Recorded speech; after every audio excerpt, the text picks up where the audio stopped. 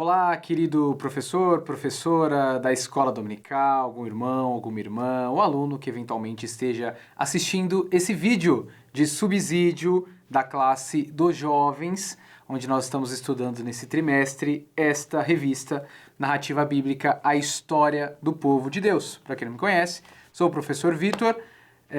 Tive o prazer, o privilégio de escrever essa revista e hoje a gente vai comentar especificamente a lição de número 3, tá? Então, próximo domingo, lição de número 3 é o que nós estudaremos nas nossas congregações. Antes de eu comentar propriamente dito as lições, eu sempre trago alguns recados anteriores a isso, que eu acho importante os professores e professoras levarem em consideração, tá? Para entender todo esse projeto que a gente está desenvolvendo aqui. Primeira coisa, lembrando, esse vídeo vai ser objetivo, tá? Eu não vou comentar aqui ou explicar todos os pontos do que já está sendo dito na lição. Eu vou fazer algumas ponderações. Você já tem a revista aí com você, professor, professora, o comentário está aí, as indicações a gente deixa aí. Fique atento às passagens que a gente coloca entre parênteses para você consultar na sua Bíblia. Por conta de espaço, às vezes a gente não consegue transcrever toda essa descrição, né? Então você consulte lá.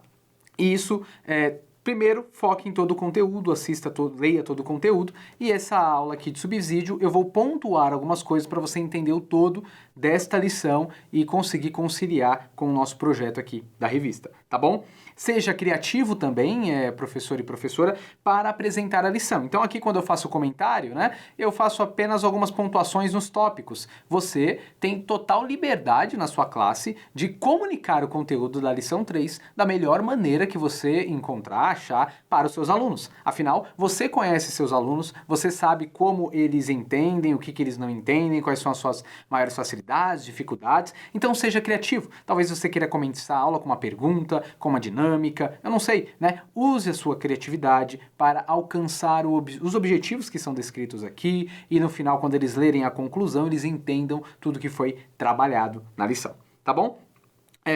Eu tenho repetido aqui. Se você está assistindo o primeiro vídeo de subsídio aqui da nossa revista que a gente está trabalhando, eu costumeiramente nos vídeos anteriores indiquei, pedi, e peço, olhe aqui nos meus olhos e não se esqueça disso, professor e professora. Eu peço, leia toda essa revista. Não leia simplesmente a lição que você vai dar aula, porque essa revista aqui que nós estamos trabalhando, ela tem uma continuidade. Eu tenho dito aqui que nós estamos estudando, essa grande narrativa bíblica em 6 episódios, que a gente começa na criação, depois a gente passa pelo episódio O Mal, depois o episódio sobre Israel, depois o episódio sobre Jesus Cristo, a igreja e o retorno do rei. São 6 episódios. Cada um desses episódios contém 2 aulas, ok? Então, a gente entende o episódio que a gente está tratando, entende o relato bíblico sobre isso, e o outro a gente tenta aplicar de forma mais clara e evidente para o nosso contexto e refletir com o nosso tempo, nossa sociedade e a nossa juventude, tá bom?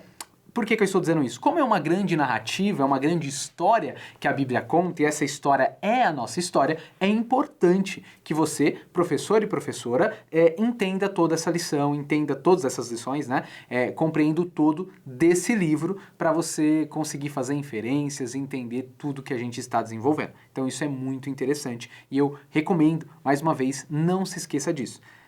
Por exemplo, você vai dar a lição hoje de número 3, e essa lição é uma continuidade da lição anterior. Então, se o professor ou a professora da escola dominical não leu a lição anterior, não sabe a nossa explicação, a nossa exposição sobre o episódio da criação, essa lição, tratando da aplicação disso, que é a criação moldando o nosso modo de pensar, isso pode dificultar na hora da sua exposição da aula. Então, conhecimento nunca é demais, a revista ela é curta, dá para você ler com tranquilidade, então não se esqueça disso, tá bom? Então, vamos lá, vamos ao nosso comentário. Hoje trataremos da lição de número 3, a criação moldando o nosso pensar. Como eu já comentei, estudamos na semana passada a narrativa da criação. Vimos vários aspectos dessa narrativa, a importância dessa narrativa. Vimos Deus como Vimos a importância da narrativa da criação especificamente para o livro de Gênesis, não se esqueça disso.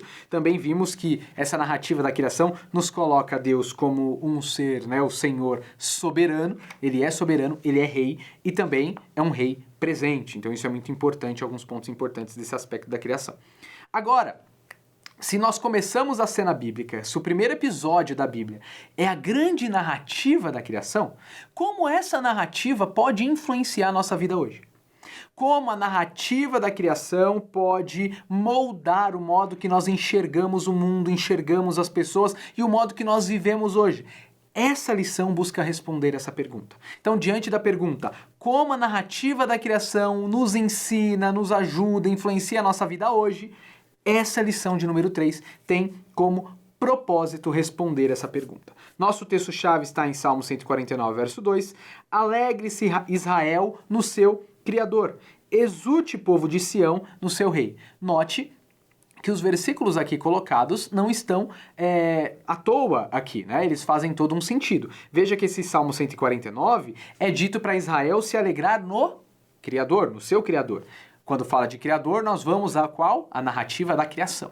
E também fala, exulte, povo de Sião, no seu rei. E a gente também aprendeu na narrativa da criação que aquela grande narrativa, o Senhor é o rei de toda essa criação. Síntese da nossa lição de número 3. Compreender que a narrativa da criação é a nossa história e precisamos moldar o nosso modo de pensar. Como consequência, desejamos romper com o individualismo e com os nossos ídolos. Então, essa lição aqui, ela vai ter por foco eliminar do nosso pensamento pós-moderno a ideia individualista, tá? Essa ideia individualista e uma ideia tão antiga que nós também trabalharemos aqui, que é o tema da idolatria. Já tivemos uma revista nas nossas escolas dominicais, escrito pela Daisy um tempo atrás, tratando especificamente desse tema da idolatria. Aqui nós vamos fazer uma pequena inferência, tá? Quais são os objetivos, professor e professora, que você visará atender, né, até o final da sua aula? Primeiro, perceber que a nossa origem começa em Deus e não somos os centros de nossas histórias. Isso é o primeiro ponto. Então, no final da aula, o aluno precisa ter clareza que ele não é o centro do universo e ele também não é o centro da sua própria história, tá? Isso precisa ficar muito claro, porque a nossa cultura hoje, a nossa sociedade hoje pensa exatamente o contrário. Eu sou aquilo que eu quero ser, eu faço aquilo que eu quero fazer e eu vivo para mim mesmo. A história começa em mim e a minha história é aquilo que eu conto e eu digo. Isso é o que nós pensamos no senso comum. Mas, para as escrituras, lendo a narrativa da criação, nós vemos que a nossa história não começa em nós, mas começa em Deus. E isso precisa ficar bem claro na aula. Nós não somos o centro nem das nossas histórias, nem do mundo, nem do universo. A nossa origem começa em Deus. E se nós entendemos isso, tudo em nós, nossos propósitos, anseios, desejos, vão ter que se adequar e se encaixar nos propósitos, nos planos de Deus. Segundo objetivo, nós queremos nos conscientizar que somos chamados a participar da comunidade da criação de Deus. Então, o oposto ao individualismo é a entrada, participação nessa grande dinâmica da criação, nessa grande comunidade da criação de Deus, onde há uma integração de tudo que o Senhor faz.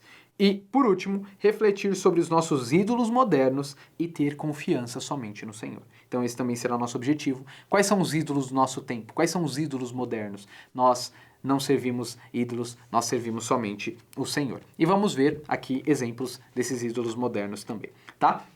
O texto chave, ou texto da leitura bíblica, perdão, da nossa lição de hoje, ele é muito importante e é uma narrativa, um texto lindo, né? Salmo 115, do 1 ao 9, diz: Não a nós, Senhor, nenhuma glória para nós, mas sim ao teu nome, por teu amor e por tua fidelidade.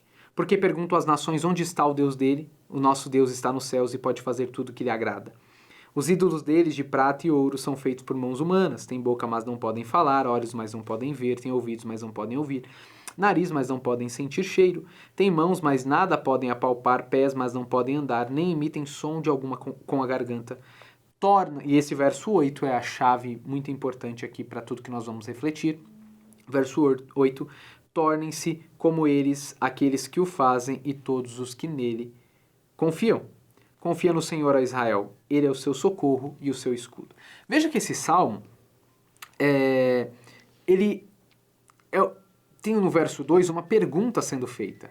E as nações fazem essa pergunta a Israel. As nações perguntam, onde está o seu Deus? Onde está o Deus deles? Que deles aqui é Israel. Onde está o Deus de vocês? O salmo vai perguntar. E a resposta do salmista, que é, o nosso Deus está nos céus e pode fazer tudo o que lhe agrada. Em algumas traduções vai ser dito que o nosso Deus é criador dos céus e da terra. Olha que coisa interessante. Existe uma pergunta sendo feita.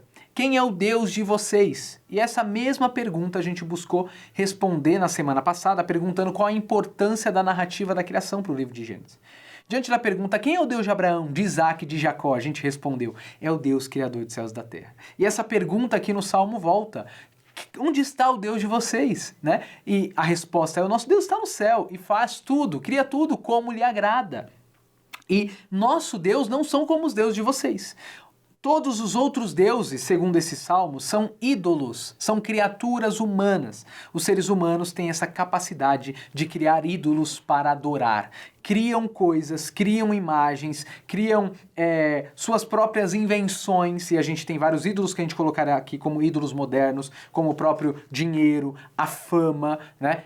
Isso são ídolos modernos, ídolos do nosso tempo, que nós criamos, desenvolvemos e vivemos para ele, gastamos nosso tempo para eles, dedicamos toda a nossa atenção e confiança nesses ídolos, como em políticos, como sistemas políticos, a gente coloca a nossa esperança nessas coisas. Esse salmo nos diz, não, nossas esperanças não estão em criações humanas. Isso daí tem boca, mas não fala, tem olhos, mas não veem, tem ouvido, mas não ouvem. Não, nossa esperança está no Senhor. Ele é o nosso socorro, Ele é a nossa confiança. Então, a narrativa da criação, ela permeia também esse salmo, né? E esse salmo nos faz refletir novamente, de uma nova maneira, sobre essa grande narrativa da criação. O nosso Para Refletir traz, né, a ideia e um pouco da compreensão do que esse salmo nos diz. Nosso Para Refletir diz assim, a glória de Deus não é diminuída quando não adoramos, mas a nossa humanidade é desfigurada quando não adoramos. Por que esse Para Refletir diz isso? Porque eu escrevi isso aqui. Pelo seguinte, o verso de número 8, após dizer que os ídolos têm boca, mas não falam, têm olhos, mas não veem, ouvidos, mas não ouvem, depois disso eles dizem que as pessoas tornam-se semelhantes aos seus ídolos. Tornam-se como eles. Como quem? Como esses ídolos que têm nariz, mas não cheiram. Têm pés, mas não andam. Então tornam-se semelhantes todos aqueles que o fazem e todos que nele confiam.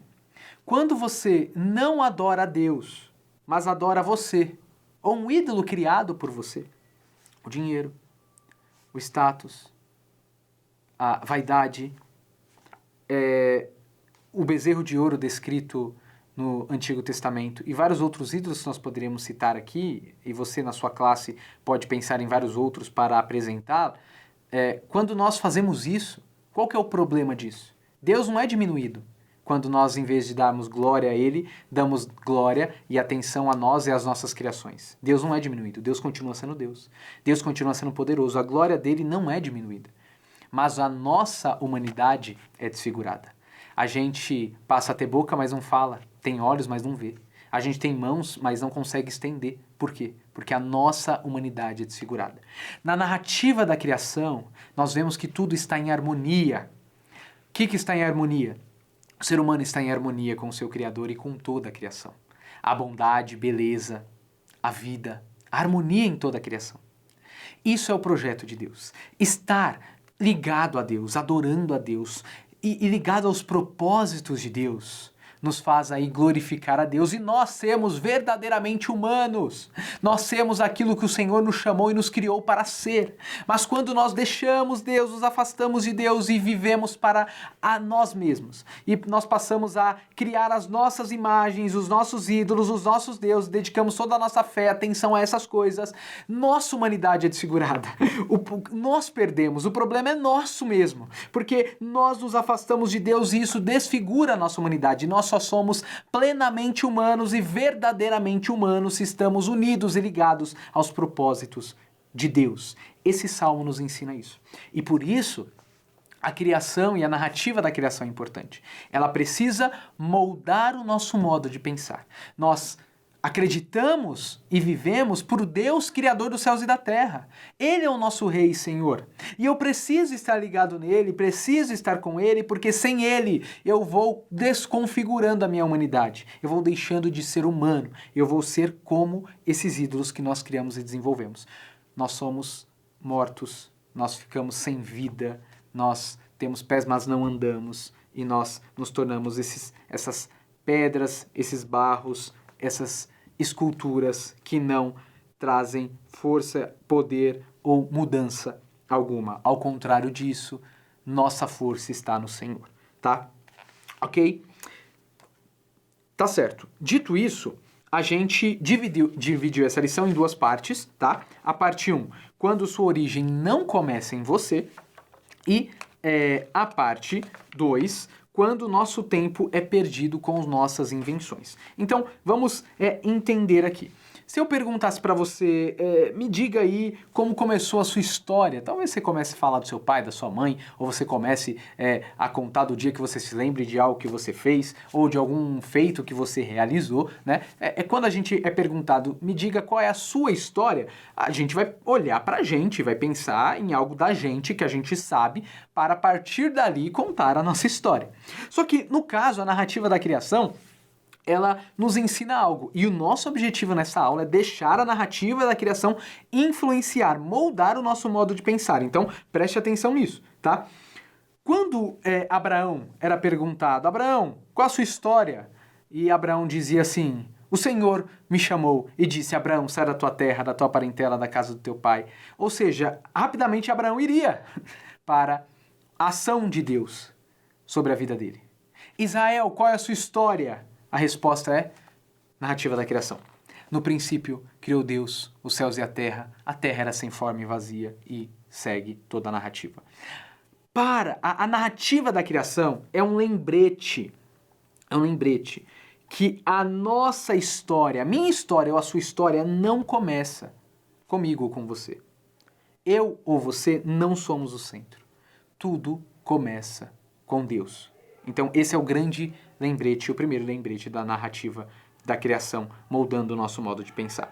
E por que saber disso é importante? Veja, primeiro ponto, na nossa sociedade hoje, o individualismo é um sistema da nossa cultura. Preste atenção. Desde Caim e Abel você vai ver o individualismo, né, o egoísmo fazendo parte da narrativa bíblica. Isso, né, egoísmo humano, individualismo humano, é algo que faz parte de toda a história humana, né? Então, isso acontece, nós somos individualistas e costumeiramente isso acontece. Só que quando eu trato aqui, nesse primeiro ponto do individualismo como um sistema de nossa cultura, é que a nossa cultura hoje, nossa sociedade moderna ou pós-moderna, termo que você preferir utilizar, ela tem a sua organização de modo individualista, né? A nossa organização, nosso sistema é assim. Se você ver aqui, eu coloquei algumas citações, né, de alguns autores que vão nos lembrar dessa realidade, tá? Então você não deixe de ler. Mas um exemplo muito claro é que, veja, mesmo a gente pensar Idade Média, ou a gente pensar a época dos nossos avós, até a época dos nossos avós, nossos bisavós, né? Todos os seres humanos têm características individualistas e várias vezes era tomado no passado ações e decisões individualistas. Mas, por exemplo, as pessoas no passado tinham uma preocupação de ouvir, por exemplo, o seu líder religioso. As pessoas ficavam preocupadas com o que o padre ia falar, com o que o pastor ia dizer, com o ensinamento da sua igreja. Existia uma preocupação. E quando existia uma repreensão ou quando era proposto algo, as pessoas ficavam, não é isso que nós devemos seguir, é isso que nós devemos fazer. Existia uma atenção, por exemplo, para a religião. Você percebe que a nossa sociedade, já de uns tempos para cá, mudou, por exemplo, esse conceito. Hoje você sabe disso e vai ver frequentemente, né? Se uma pessoa hoje está numa igreja, está numa religião qualquer, né? Nós estamos vivendo um tempo que cada vez mais existem construções de novas religiões e construções de novas denominações dentro dessas religiões. Então, se uma pessoa está ali, né, ela não está muito preocupada com o que o pastor pensa, com o que o padre pensa, ela fala, eu vivo a minha vida, o que importa é o que eu vivo, o que importa é o que eu quero, e se por acaso o pastor, né, estiver fazendo ou ensinando algo que eu não concordo, sabe o que eu vou fazer? A pessoa vai lá e ela abre a igreja dela, ela abre a religião dela. Isso é uma característica do nosso tempo que é uma marca muito diferente e mais forte do que era no tempo passado. Hoje as pessoas privatizam a fé. Ou seja, não importa o que vem de fora, o externo, não importa tanto isso. O importa é o que eu escolhi acreditar. O importa é o meu sistema de crenças. Isso é uma marca forte da nossa cultura, tá? Nossa cultura é assim. Nós somos assim de modo geral, tá? E isso é uma marca muito forte da nossa sociedade quando nós comparamos e fazemos comparações, seja de religiões comparadas ou de culturas e tempos de culturas diferentes. Eu coloquei apenas algumas referências aqui. No final da revista você tem uma lista bibliográfica que também, nesses livros, trata um pouquinho mais dessa questão, né, do individualismo. Mas é só para você entender. Hoje, as frases, né? Nós estamos nessa cultura do narcisismo, do egoísmo, tá? E hoje as frases como o que é certo pra mim não precisa ser certo pra você é uma frase comum. Por que essa frase é tão comum? Veja, o que é certo pra mim não é certo, não precisa ser certo pra você. A gente diz isso constantemente, às vezes você é da igreja e diz isso. Olha, isso é certo pra mim, mas não precisa ser certo pra você, né? Então, eu faço isso do meu jeito, por quê? Porque é os meus valores, é a minha vida, é a minha opinião, e o que importa, o que basta, é isso. Só que essa frase, ela denuncia uma coisa que em outros tempos não tinha essa marca tão forte. Qual é essa outra coisa, professor? É o seguinte, essa frase, ela denuncia uma coisa. Não há certo ou errado. Importa o que cada pessoa enxerga. É isso que importa. Isso aqui é uma frase, né, de uma sociedade, de fato, pós-iluminismo, quando a gente vai estudar história. É uma sociedade influenciada até por um pensamento filosófico antigo, que a gente chama de epicurismo, que veio e foi muito difundido no iluminismo e tem feito parte da nossa modernidade, que é o afastamento do que pode ser verdadeiro.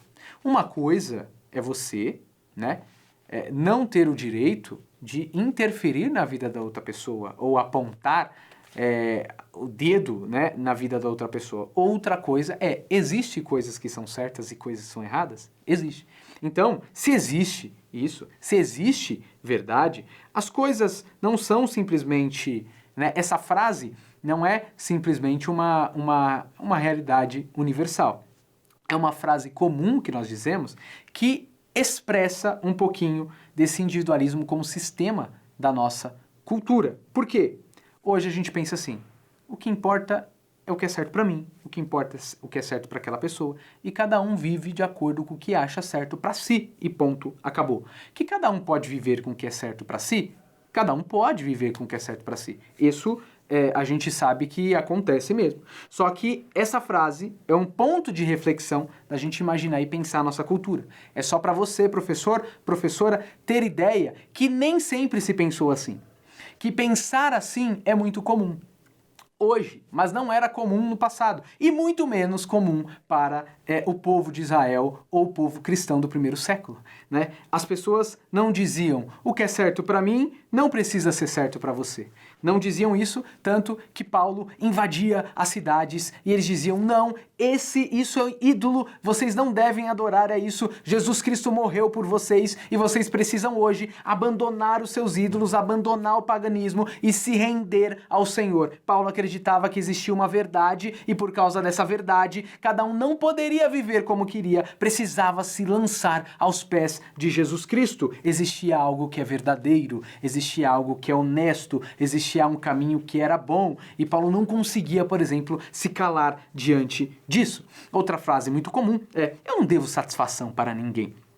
Todos esses pensamentos, né, é uma ideia de eu me basto, eu não preciso prestar contas a ninguém, eu me basto e eu faço da minha vida o que eu quiser. E para a nossa sociedade, a história de uma pessoa, ela começa e depende do que ela declara sobre si. O ser humano é o centro e cada um individualmente se basta. Então essas frases aqui, né, são exemplos essas frases são exemplos de essa ideia de que a minha história começa em mim e eu vivo de acordo com o que eu penso, com o que eu quero. Quem é Deus? Deus é aquilo que eu acho que Ele é. As pessoas usam, todo mundo diz hoje que acredita em Deus. Eu acredito em Deus, você acredita em Deus, nós acreditamos em Deus. E essa palavra Deus, ela acaba sendo, você não sabe muito bem, né? Se você conversar com uma pessoa, ela vai dizer assim, não, acredita em Deus, e você vai pensar, poxa, será que Deus que ela acredita? É o mesmo Deus que eu acredito? Ela fala, não, o Deus que está no céu. Fala, opa, o Deus que está no céu. Mas às vezes o que ela pensa de Deus é diferente do que você pensa de Deus.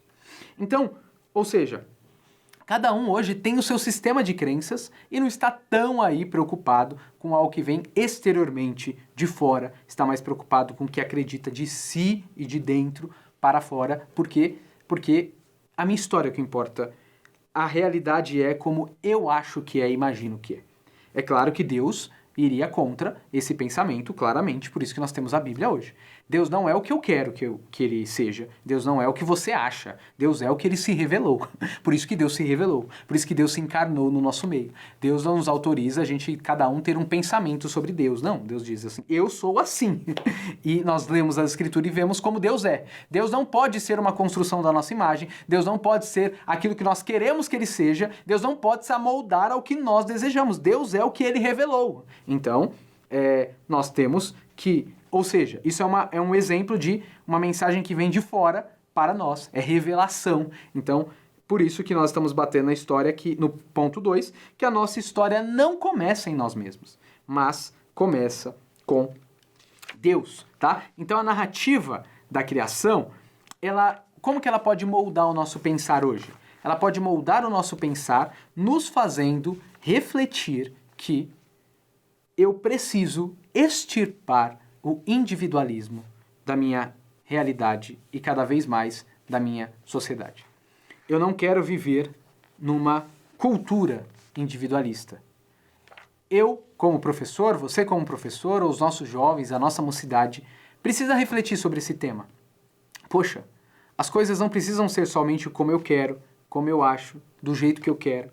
O mundo não gira em torno de mim. Não, as coisas não funcionam assim. A nossa história começa em Deus. E se nós servimos o mesmo Deus, nós precisamos dar a mão uns aos outros e juntos servir ao Senhor. Nós precisamos cultivar relações. Eu não posso pensar, eu vou viver para mim e fazer da minha vida simplesmente o que eu quiser. Não, a minha vida não é minha, a minha vida é de Deus. O que o apóstolo Paulo nos ensinará certa vez é, não vivo mais eu, mas Cristo vive em mim. Preste atenção, a nossa cultura incentiva um individualismo exacerbado. Uma cultura narcisista, onde tudo que eu faço tem que ter uma finalidade em mim mesmo. Eu só vou participar dessa mocidade se eu tiver benefícios para mim. Se não for me cansar, porque eu já determinei que eu tenho coisas para fazer, eu quero ganhar muito dinheiro e nada, o resto é resto e eu tô focado nisso. Não, peraí, não é assim que a gente age. Nossa história não começa em nós. Nossa história começa em Deus. O que Deus quer de mim? Deus quer que eu sirva, Deus quer que eu participe da sua igreja, o Senhor quer que eu agradeça a Ele. As coisas não devem ser como eu quero, gosto ou acho. A nossa vida precisa estar a serviço de Deus. A narrativa da criação nos convida, e essa grande beleza dessa narrativa nos convida a pensarmos diferente o nosso tempo. Não numa cultura narcisista e individualista, mas deixando a narrativa da criação extirpar esse individualismo, esse egoísmo que tanto nos rodeia, para que a gente possa ser uma igreja viva, uma família abençoada, sermos um povo que está atento e preocupado para os desejos de Deus e para o que Deus fala. As coisas são como Deus deseja. Por quê? Porque nós somos servos. Ele é o Criador. Porque nós somos pequenos. Ele é o Senhor. Tá certo? Então esse é o primeiro ponto, a primeira parte. A segunda parte é que a gente pode se perder rapidamente nas nossas invenções. Então, você vê o Salmo 115 aí, a gente pode criar vários ídolos, né? E aqui você, professor, pode dar outros exemplos de ídolos do nosso tempo. Eu trouxe um. Um exemplo de ídolo do nosso tempo que eu coloquei é a ideologia, tá? Então a ideologia, ela é um ídolo do nosso tempo e um ídolo muito comum, tá? Talvez você tenha outros ídolos para comentar em sala de aula, outros exemplos, queira refletir mais sobre a questão do dinheiro, queira refletir sobre o ídolo, por exemplo, da pornografia que cerca a nossa sociedade. Existem vários outros ídolos que talvez você possa tratar aqui nessa segunda parte. Por conta de espaço, eu consegui apenas abordar um ídolo chamado, que eu chamei aqui de ideologia, tá? A palavra ideologia pode ter vários sentidos, tá? Eu utilizei aqui como sistema de crenças, com uma narrativa ou visão de mundo que elabora uma resposta e convite de engajamento para solucionar os problemas do mundo. Então, quando a gente ouve a palavra ideologia, cada um pode pensar numa coisa, certo? Eu estou usando a palavra ideologia aqui como uma narrativa que tem um sistema de crenças que propõe uma resposta para solucionar os problemas do mundo e engaja as pessoas a viverem para essa resposta. Por exemplo, o nazismo, o comunismo, o capitalismo, o anarquismo, são ideologias, né? É criada uma narrativa de, ó, o mundo é assim, funciona dessa maneira, o problema do mundo está aí. Então, problema econômico, as pessoas não têm paz, alegria por causa disso ou daquilo, a sociedade seria melhor dessa maneira ou daquela. Então se cria uma narrativa para explicar esse problema e como solucionar esse problema, dizendo e convidando que as pessoas precisam acreditar nisso, acreditar nesse sistema de crenças para mudar essa realidade. Tá? Então, exemplos de ideologias é nazismo, comunismo, capitalismo, anarquismo, liberalismo, democracia. A própria democracia, ela é uma ideologia, apesar de vivemos hoje nessa forma de organização. A democracia, ela surge com o iluminismo e é criado isso. Né? Existem os problemas da sociedade, né? Existe um problema do mundo, e aí, para organizar isso, existirá uma teoria política, essa teoria da democracia, do qual vai se, para responder essas dificuldades, para a gente se organizar, para a gente mudar a sociedade e termos paz, tranquilidade, as coisas darem bem, a gente precisa acreditar, lutar, defender a democracia. Isso também, a democracia também é uma ideologia. Quando eu estou citando esses exemplos, e tem vários outros que a gente poderia colocar aqui, a crítica que a gente pode fazer a várias ideologias e como as pessoas lidam com as ideologias do nosso tempo, é que ideologias podem surgir, sempre surgiram, né? Existem ideologias. E pode existir ideologias que são melhores do que as outras. Só que existe um problema, e isso tem sido muito comum nas nossas juventudes, os nossos adolescentes, os nossos jovens perante as redes sociais, e principalmente em tempos políticos, nós saímos de uma eleição há pouco tempo, as pessoas facilmente passam a ter fé nessas coisas. Fé na proposta que determinada ideologia ou crença é a única ou exclusiva que pode consertar a nossa sociedade. Ou as pessoas têm fé em um político ou determinada pessoa que é a única que pode ser a salvação para o nosso tempo, para o nosso momento. Essa crença, essa fé nisso, ela não é uma crença ou uma fé cristã. Não é. Você pode ter preferências políticas, ou você pode ter preferências ideológicas. Isso não é errado. Mas nós não temos fé e esperança que essa crença política ou determinado político pode mudar a nossa vida, ou mudar o mundo, ou mudar a nossa sociedade. Não podem. Nós torcemos para que cada um desses faça um mal menor, né? Um mal menor em nossa sociedade. Mas o mal está aí, sendo cada vez mais cultivado, desenvolvido. Então, preste atenção. Nós acreditamos que Deus pode restaurar todas as coisas. E o único modo das coisas serem diferentes, temos paz, temos vida, temos cura, a única coisa que nós podemos vislumbrar, imaginar uma mudança real em tudo, é o Senhor habitando em nós, é o Senhor habitando nas nossas igrejas, é o Senhor incendiando todo o nosso mundo, e como nós cremos no final, o Senhor restaurando todas as coisas e céu e terra estando interligados. E é nisso que nós temos fé. Mudança real, verdadeira, é a ação de Deus no nosso meio, ou quando nós somos influenciados por Deus em nosso meio. Isso nós acreditamos. Por isso, precisamos tomar cuidado, para não estarmos cultivando intrigas no nosso meio, conflitos em nosso meio, por causa de crenças ideologias que são simplesmente construções humanas. E invenções humanas são os nossos ídolos. Os nossos ídolos nós criamos, nós inventamos. Idolatria é isso, ídolo é isso. Salmo 115 está falando sobre isso. São as criações humanas, que nós inventamos e nós olhamos e falamos, ali tem boca, tem olhos, tem tudo, mas não... É Deus que tem o poder de se mover. E quando nós colocamos, habitolamos a nossa mente nas nossas invenções, como as próprias ideologias, nós rapidamente ficamos desumanos, nós desfiguramos a nossa humanidade. Aí tem irmão que não fala com outro irmão por causa da preferência política dele ou por causa do voto que ele fez. Aí não quer olhar um para o outro. Nós não podemos ter tanta esperança ou achar que essas coisas são tão importantes assim. Não. Importante é a nossa fé e nosso seguimento ao nosso Senhor Jesus Cristo. Precisamos tomar cuidado para não virarmos pessoas que acreditam piamente em esquerda, em direita, centro e acreditam que essas coisas de fato vão resolver os nossos problemas. Não.